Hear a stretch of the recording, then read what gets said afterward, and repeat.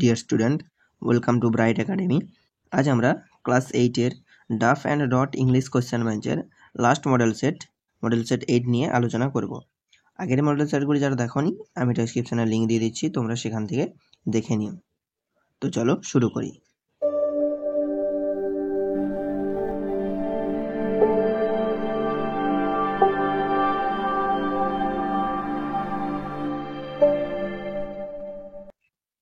দেখো, এখানে তোমাদের প্রোজ পার্টের রিডিং কম্প্রিহেনশন সিনটা এটা তোমাদের নেওয়া হয়েছে প্রিন্সেস সেপ্টেম্বর থেকে। এর দাগ অ্যান্সার দ্য ফলোইং কোশ্চেন, সেখানে 3টা প্রশ্ন দেওয়া রয়েছে, প্রশ্নগুলির অ্যান্সার দিতে হবে। প্রথম প্রশ্ন কি আছে দেখো, what was the princess doing when the bird hopped in? অর্থাৎ যখন পাখিটা তার ঘরের ভিতরে এসেছিল তখন রাজকুমারী কি করছিল? তো এর অ্যান্সার আমরা কি লিখবো দেখো, when the bird hopped in the princess was weeping alone in her own room. অর্থাৎ যখন পাখিটি এসেছিল তখন রাজকুমারী তার ঘরের মধ্যে একাই কাঁদছিল। পরের প্রশ্ন, what was the song all about? অর্থাৎ গানটা কি সম্পর্কে ছিল? তো এর অ্যান্সার লিখবো দ্য সং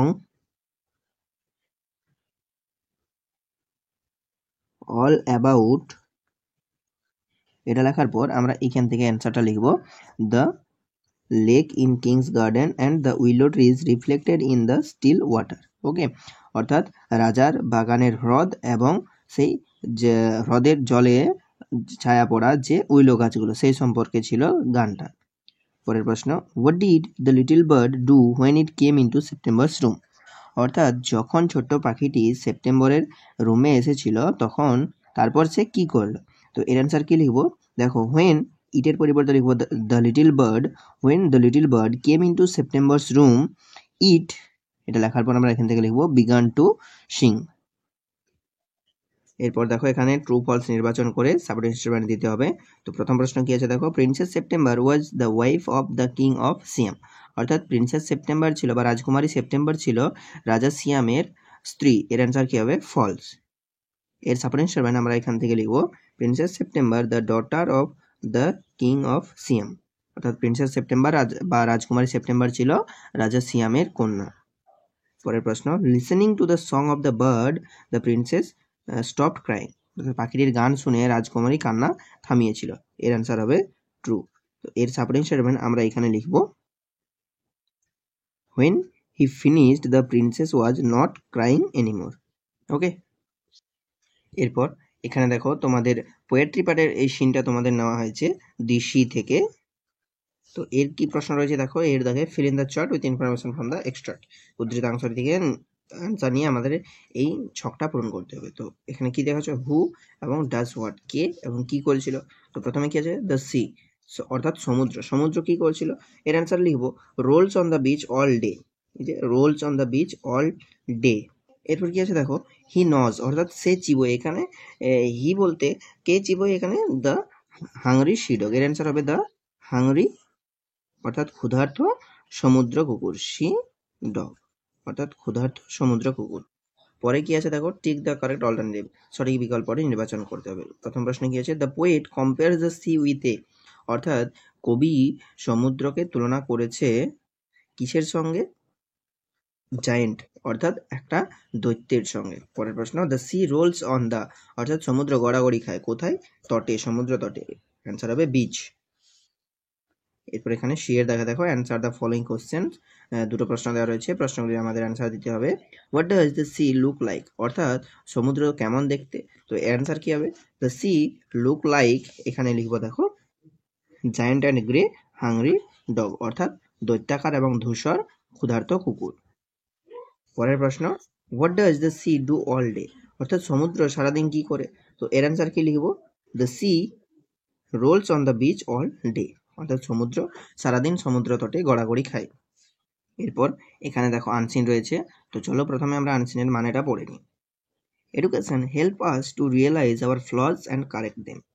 অর্থাৎ এডুকেশন অর্থাৎ শিক্ষা আমাদের ত্রুটিগুলি বুঝতে এবং সেগুলি সংশোধন করতে সাহায্য করে।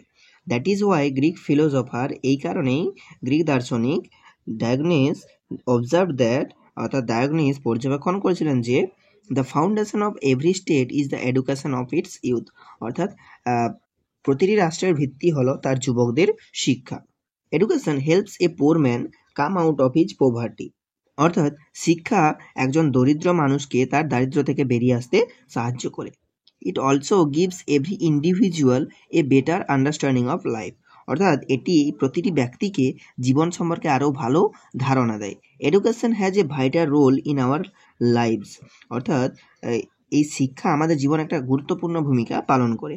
For it imparts a meaningful living. কারণ এটি আমাদের একটি অর্থপূর্ণ জীবনযাপন প্রদান করে। ইট অলসো টিচ আস, এটা আমাদের আরও শিক্ষা দেয় যে the value of interpersonal relationship, আমাদের আন্তঃব্যক্তিত্ব জীবন সম্পর্কে। In the course of our years of study, আমাদের শিক্ষার জীবনে we learn the value of friendship as well. আমরা যেমন পড়াশোনা শিখি সেরকম আমরা বন্ধুত্বের মূল্যও শিখি। When we are in a difficult situation, যখন আমরা কোনো কঠিন পরিস্থিতিতে থাকি, our education comes to rescue us, আমাদের শিক্ষা তখন আমাদেরকে উদ্ধার করতে আসে। When a man is learned and can give us timely advice, যখন একজন মানুষ শিক্ষা গ্রহণ করে বা শিক্ষিত হয় এবং আমাদের সময়োপযোগী পরামর্শ দিতে পারে, or can help us in a moment of crisis, অথবা আমাদেরকে বিপদের সময় সাহায্য করতে পারে, do we not look forward to meet him for his knowledge, তখন আমরা কি তার জ্ঞানের জন্য, তার সাথে দেখা করার জন্য অধীর আগ্রহে অপেক্ষা করি না? Those who seek the company of the learned are to be treated with as much respect as they learn themselves. Those who seek the company of learned, অর্থাৎ সেই সমস্ত ব্যক্তি যারা শিক্ষিতদের সাহচর্য আচরণ খোঁজে, are to be treated with as much respect, তাদের সঙ্গে ততটাই সম্মানের সাথে আচরণ করা উচিত, অ্যাজ দে লার্ন দেমসেলভস, অর্থাৎ তারা যতটা শিখেছে।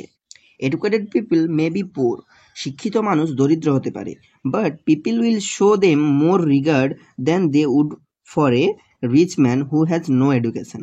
অর্থাৎ but people will show them more regard, অর্থাৎ মানুষজন তার চেয়ে বেশি শ্রদ্ধা দেখাবে than they would for a rich man who has no education, যতটা একটা শিক্ষিত ধনী ব্যক্তির প্রতি শ্রদ্ধা থাকে তার চেয়ে বেশি। তো এই ছিল তোমাদের আনসিন। চলো এরপর আমরা এর কোশ্চেনগুলি সলভ করি। প্রথমে কি আছে দেখো, অ্যান্সার দ্য ফলোইং কোশ্চেন। সেখানে 3টা প্রশ্ন দেওয়া রয়েছে, প্রশ্নগুলির অ্যান্সার দিতে হবে। তো প্রথম প্রশ্ন কি আছে দেখো, how does education help A poor man, অর্থাৎ শিক্ষা কিভাবে একটা দরিদ্র মানুষকে সাহায্য করে। তো এর অ্যান্সার কি হবে, education helps a poor man came out of his poverty, অর্থাৎ শিক্ষা একটা দরিদ্র মানুষকে তার দারিদ্র্যের থেকে বেরিয়ে আসতে সাহায্য করে। দেখো এটা এখানে লেখা আছে, education helps a poor man come out of his poverty.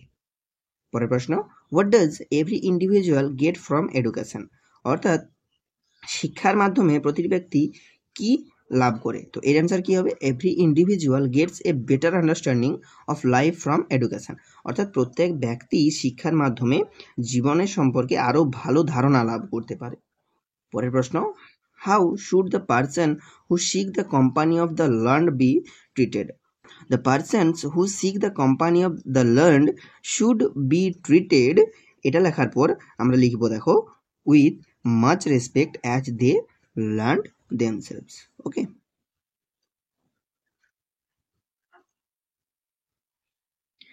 এরপর এখানে বি এর দাগে দেখো, education has a vital role in our lives, অর্থাৎ শিক্ষার আমাদের জীবনে গুরুত্বপূর্ণ ভূমিকা পালন করে। কারণগুলি দেখো, এখানে 4টা কারণ লিখতে বলছে। তো কি হবে, প্রথম কারণ লিখবো দেখো, it help us realise our flaws and correct them, কারণ এটা আমাদেরকে ত্রুটিগুলি উপলব্ধি করতে এবং সেগুলি সংশোধন করতে সাহায্য করে। এরপর লিখবো, it gives us A better understanding of life, এটা আমাদের জীবন সম্পর্কে আরও ভালো ধারণা দেয়। 3 নম্বরে লিখবো, ইট ইম্পার্টস এ মিনিংফুল লিভিং, অর্থাৎ এটা আমাদের অর্থপূর্ণ জীবন প্রদান করে। 4 লিখবো, it teach us the value of interpersonal relationship, এটা আমাদেরকে আন্তঃব্যক্তিত্ব সম্পর্কের মূল্য শেখায়। এরপর পরের পার্টে গ্রামার অ্যান্ড ভোকাবুলারি রয়েছে। তো কি রয়েছে চলো দেখি। 4 দাগে ডু অ্যাজ ডিরেক্টেড, 1 দাগ কি বলছে, আন্ডারলাইন দ্য ইনফিনিটিভ, এখানে ইনফিনিটিভ আন্ডারলাইন করতে হবে। To find fault is easy, অর্থাৎ ভুল খুঁজে বের করা সহজ, এখানে আমাদের ইনফিনিটিভ হচ্ছে টু ফাইন্ড।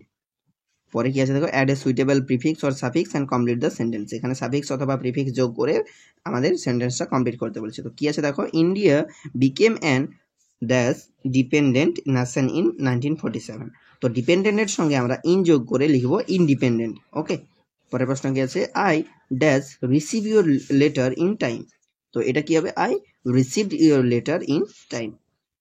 পরের প্রশ্ন, we reached the station dash 10 o'clock, feel in the blanks with suitable preposition. এখানে প্রিপোজিশন বসাতে হবে, তো এখানে দেখো সময়ের আগে আমরা অ্যাড প্রিপোজিশন বসাবো। পরে দেখো কি আছে 5 দাগ, she was preparing lunch, change the voice, এখানে ভয়েস চেঞ্জ করতে হবে। তো এখানে আমাদের কি হবে, lunch was being prepared by her. পরের প্রশ্ন, identify the main clause and the dependent clause in the following sentences and fill the chart. এখানে ডিপেন্ডেন্ট ক্লজ এবং মেন ক্লজ খুঁজে বের করে সেগুলো আমাদের এই ছকে বসাতে হবে।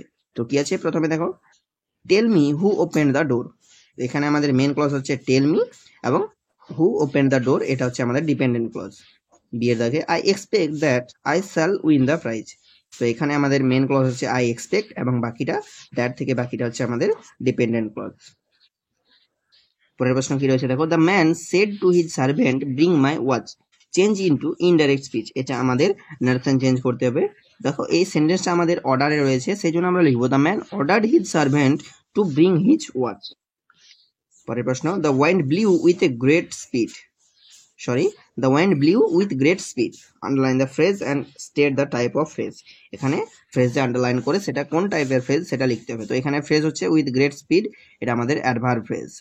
পরের প্রশ্ন, you have made a serious mistake turn into a complex sentence, এটা আমাদের কমপ্লেক্স সেন্টেন্সে নিয়ে যেতে হবে। তো কমপ্লেক্স সেন্টেন্সে কি লিখবো, you made a mistake which is serious.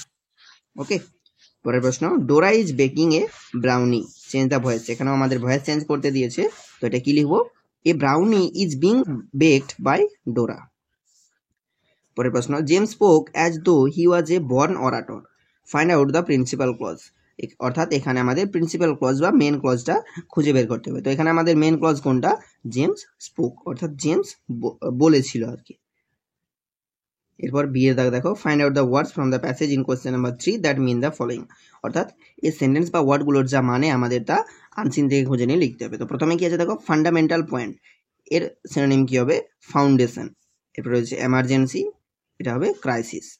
ওকে, তো এটাই ছিল তোমাদের শেষ মডেল সেট। এরপর তোমরা আমাকে কমেন্টে জানাবে, যদি তোমরা রায় মার্টিনের কোশ্চেন ব্যাংক থেকে করতে চাও, তো আমি সেখান থেকে তোমরা আমাকে কমেন্টে জানাবে, আমি সেখান থেকে ভিডিও আপলোড দেবো। ওকে।